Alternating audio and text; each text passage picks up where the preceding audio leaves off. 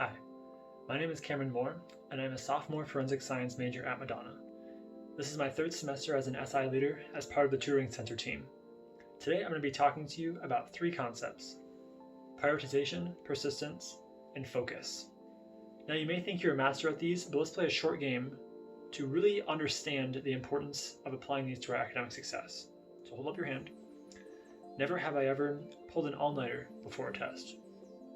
Been stressed out because I procrastinated. Felt completely lost in a class.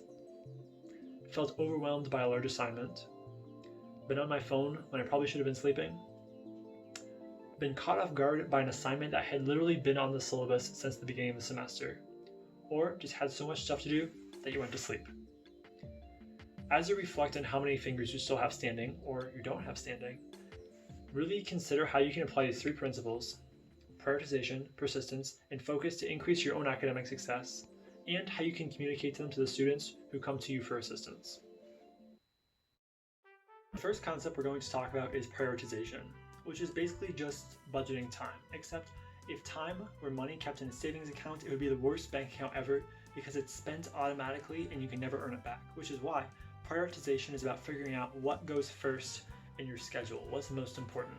To do this, you'll need a syllabus for each class so that you know individual assignments as well as test dates and project deadlines.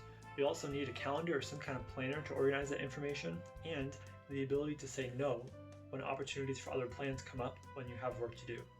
Also, definitely set aside time for sleep, friends, family, work, and leisure in advance so that you can keep your time for school, work, rest, and fun completely separate. There are also benefits to prioritizing in advance when it comes to tests and large assignments that require a lot of prep. One of them is not getting overwhelmed, since you're minimizing your stress and your daily workload. Additionally, planning time for your priorities, such as big projects, in advance keeps your schedule flexible down the road. The next thing I'm going to talk about is persistence. So the opposite of persistence is underestimating the challenge before you or wanting to give up on it. What persistence actually is diligently lining up the supplies, which is the work and the resources and the people you'll need in order to understand the class material or do your assignments, and making sure that all those resources and the time you put in and the work you put in are actually bringing you success, is maximizing your success. So here's what I mean. Here's where persistence comes in, is the additional prep you need to learn something. So some people can just walk into a lecture or just read a PowerPoint slides and they just absorb the information. But most of us need that additional prep. They need to be persistent. They need to make flashcards.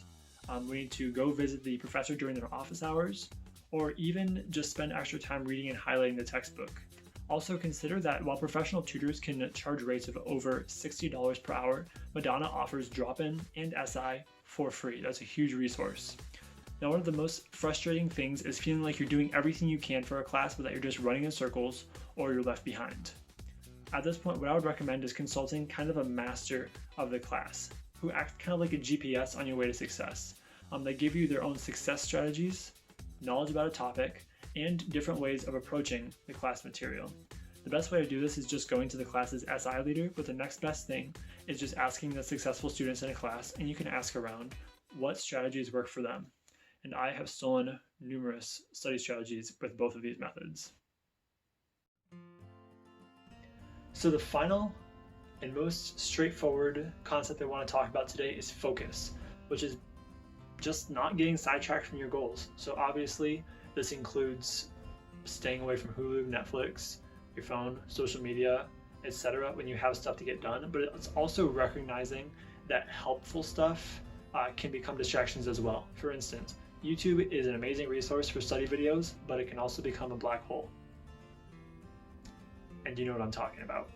There's also a lot of practical reasons to stay focused on your studies to be successful. One of them is just thinking about how much you're paying for your classes.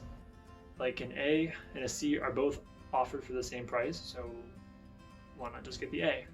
Also, focusing on the task at hand really allows you to enjoy the fun stuff you've already set aside time for, to be free from the stress of procrastination and unpreparedness, and achieve your long-term goals in the future. So remember, let's prioritize, let's be persistent, and let's focus and help other people to do all these things as well. Thanks for watching.